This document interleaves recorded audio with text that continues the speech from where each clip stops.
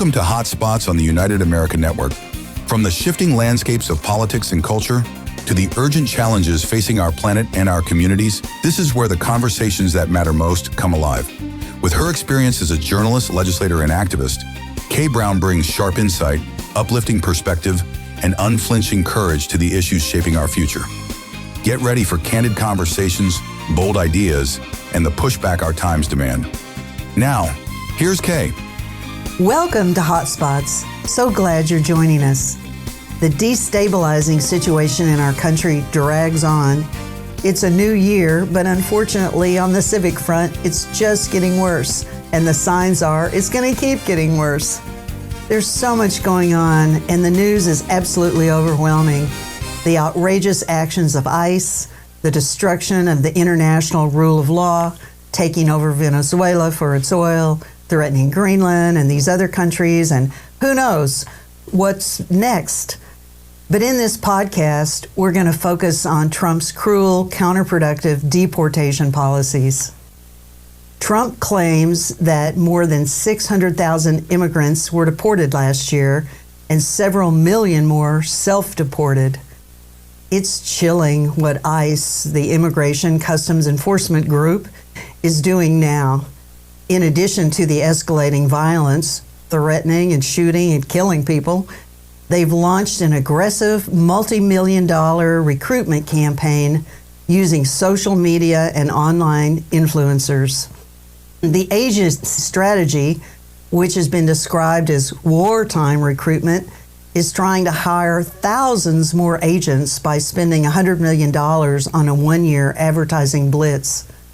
They're offering significant incentives, signing bonus of up to $50,000, student loan repayment options, and the removal of age limits. A DHS spokeswoman claimed that the campaign has been wildly successful, but others point out that if it were so successful, they wouldn't need to be lowering the requirements, because we're going to see a lot of unqualified, undertrained people on the streets. What's coming is a huge explosion in the number of Trump's personal thugs turned loose to terrorize even more of the undocumented, as well as citizens and people who happen to look or sound like Latinos or foreigners. Demonize, detain, deport. That is the path Trump has been gleefully and relentlessly pursuing against undocumented immigrants from the start of his second term. We're feeling the effects here in Southern California, where ICE raids have recently picked up.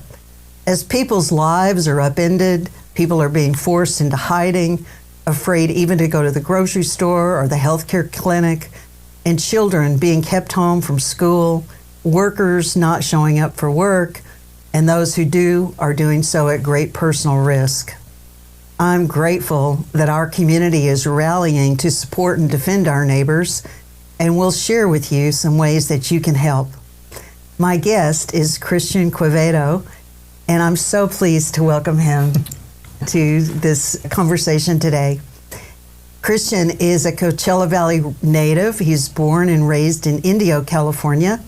He's an accomplished singer and actor whose work spans opera, musical theater, choral music, oratorio, and solo performance, with appearances both regionally and nationally. We're going to chat about the situation and his personal experiences, but first, I want to set the stage just a bit further. As LA Times columnist Gustavo Arellano pointed out recently, anyone could be illegal now. If you dare to show decency to people without papers, you could be an enemy of Trump's state. Last fall, around Thanksgiving, on Trump's Truth Social, he declared immigration to be the leading cause of social dysfunction in America and insisted that only reverse migration can fully cure the situation. And by reverse migration, he apparently means large-scale removal and deportation of immigrants, including potentially those with legal status or even naturalized citizens, or even born-here citizens he considers disruptive. Trump vowed to permanently pause migration from all third world countries. He said he wants a major reduction in disruptive populations. Anyone who is not a net asset to the United States or is incapable of loving our country or non-compatible with Western civilization are in his target.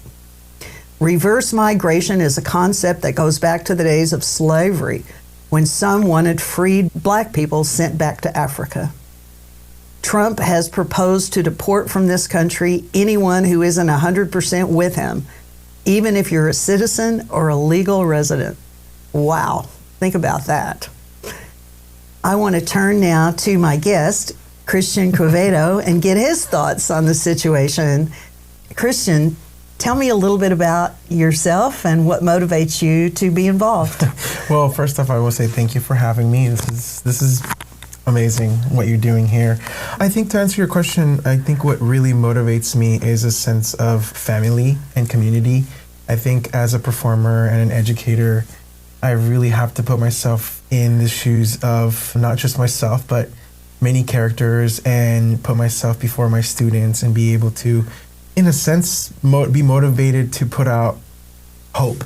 I think hope is so rare these days, and people everywhere are losing it, not just with the situation with immigration, but in general, different communities are going through different things. And I think it's really easy to lose that hope and be able to get it back. So I feel like with my platform and being a performer and a teacher, it's kind of nice to say, hey, wait a minute, not all is lost. And I think that really motivates me as a performer and an educator to give that back as much as I can.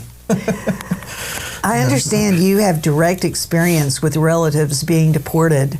Tell me about that. What's their situation? What happened? Did they get due process?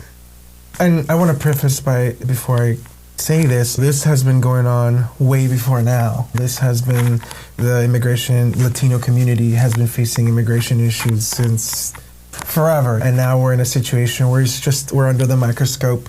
The community is facing these situations. And the first time I experienced this was with my own mother, who she had to leave the country for 10 months. I was only 5. And so I think back now to these situations where, my relatives have had to leave their families behind. They've had to leave their kids behind. And I think about those FaceTime goodnights and the FaceTime air hugs because you're not physically there with your family.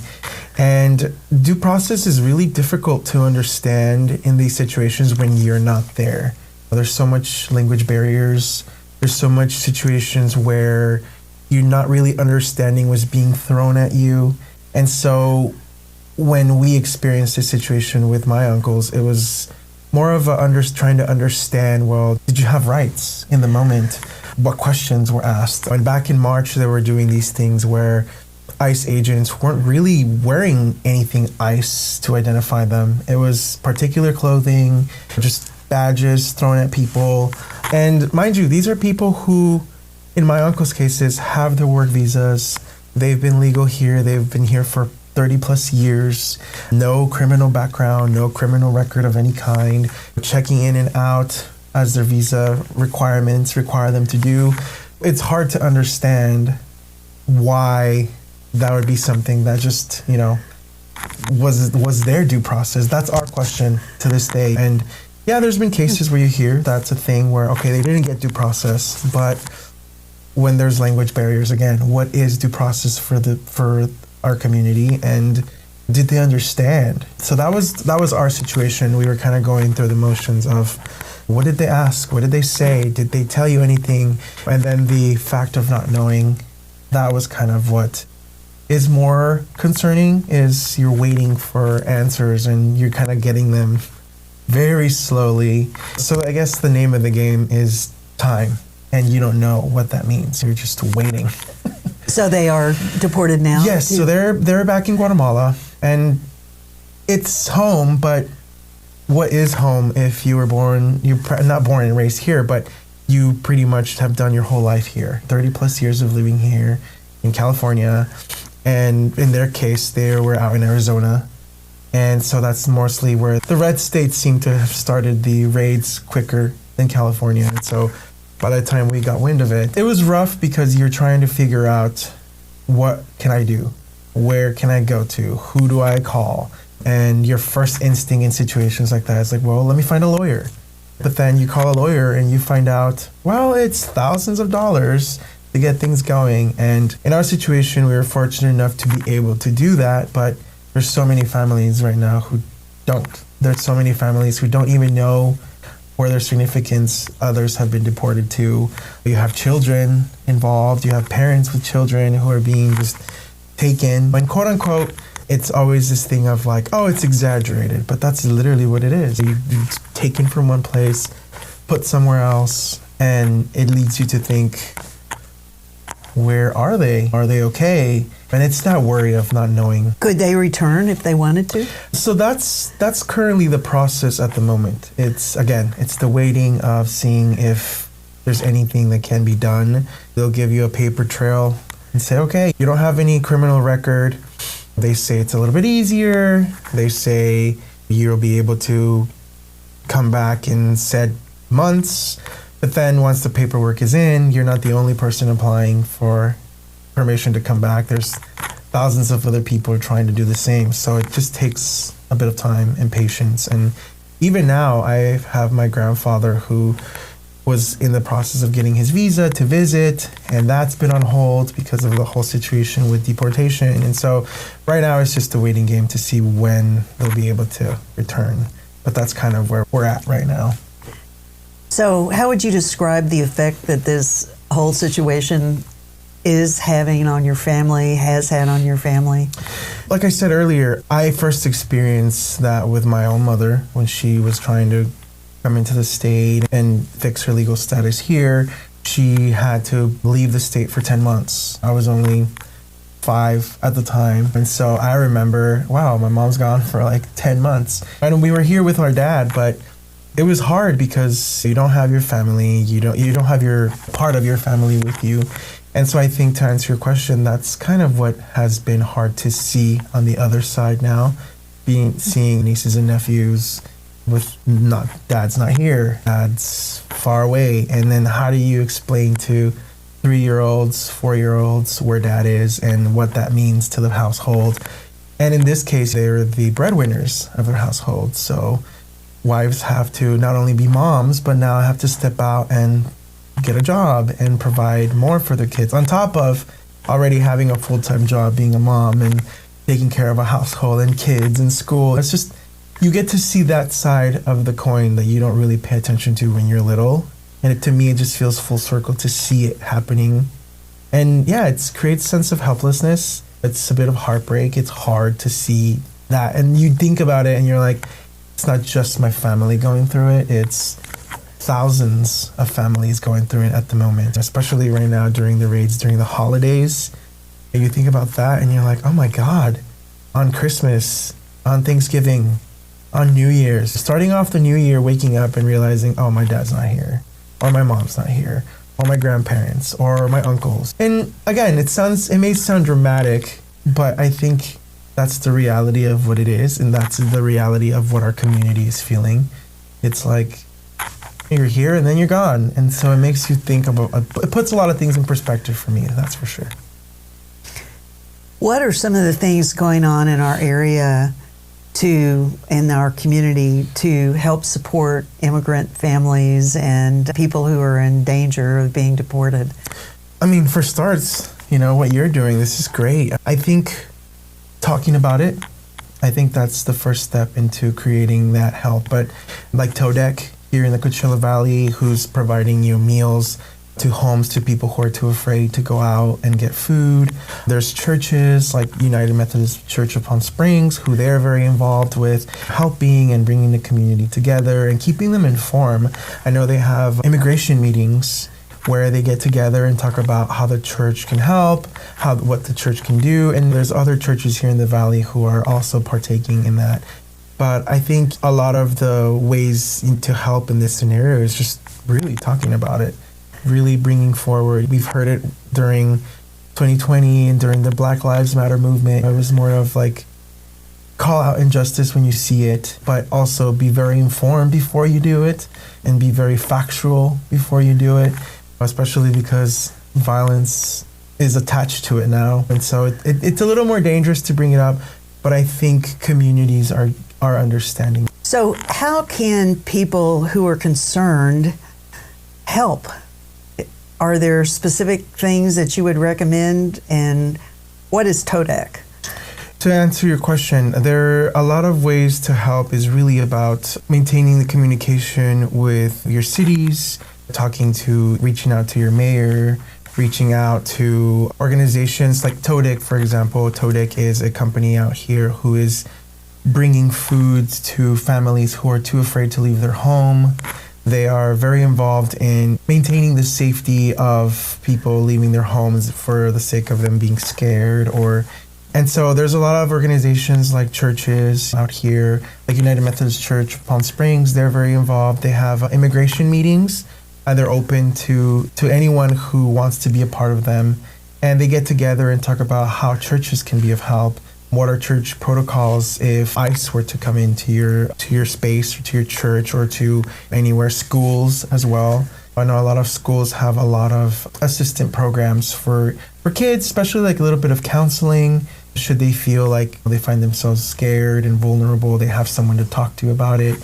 So there's a lot of safety nets that are happening, but it's not safety nets that are like right in your face. It's about really searching them up. I know with my family, we've had to like sit down and find resources or places for people to go or to reach out to lawyers even. There's a lot of financial things that have to happen with paperwork, and a lot of these families can't afford it, but there are organizations here in the Valley who have that connection. And churches, has their website up as well that you could go to whatever city you're in. You go to your city website and find information on how to help. And again, just really the best way of helping is what you're doing, talking about it, bringing people and sharing stories and being able to make viewers and people around you more something to relate to. And I think this is definitely helping.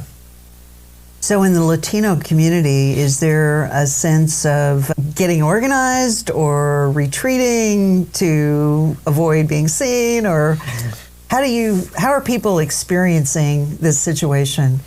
And it's such a weird, and to address your question more clearly, it's very interesting to watch what a community resorts to solve a problem. And I think now the community's kind of past the blame game on whose fault this is and why this went this way and why it's happening. And I think right now the sense of community is really hitting. Like, you see a lot of more people talking about it. You see a lot of people calling it out, like we've seen in recent situations, people recording injustice, people sharing it on social media and calling people out. And in the Latino community, I think that's happening now more and more. People they've stopped being scared. And I think now it's a lot of people are determined to fight back. A lot of people who are not criminals, a lot of people who have been here with proper paperwork and legalities, and they've been here for years, and the U.S. is their home. This is all they know. And I think the community's waking up. I've talked to a lot of friends and colleagues who share similar experiences, and you have people reaching out, writing letters to the White House and to their mayors and to their Congress people and sharing their stories and really voicing how they've been affected and offering solutions. And that's really nice to see in the community, because you tend to grow up with these, well, keep it quiet, it'll work out and it'll get solved. But I think now it's the other way around. They're really sharing their stories and they're speaking up, and I think people are listening. People are starting to listen, and it takes a minute, like anything, but I'm really happy that I see more of it. And even myself, aside from being a performer, I tend to be a little shy in speaking, but I've learned to exercise my right to speak up and do it in a way that's eloquent and educated and informed. And that's what I always tell my family. I'm like, if you're going to share anything, make sure it's well-facted. Make sure that it's coming from a place that's relatable to you, because that's the only way people listen. And so it's been great to see the community wake up and really speak up about it. Are people focusing on the elections coming up this year, 2026? Oh, yeah. Even within my family, there's talks about what they're seeing with the current administration. And it's not so much of like, what's wrong and what's this? It's more so of like, okay, we're awake. We're awake. And it's definitely going to show at the next election for sure. And I can guarantee you that the Latino community is going to be voting very strongly, those that can vote. So I'm excited for that, to see it. It'll be great.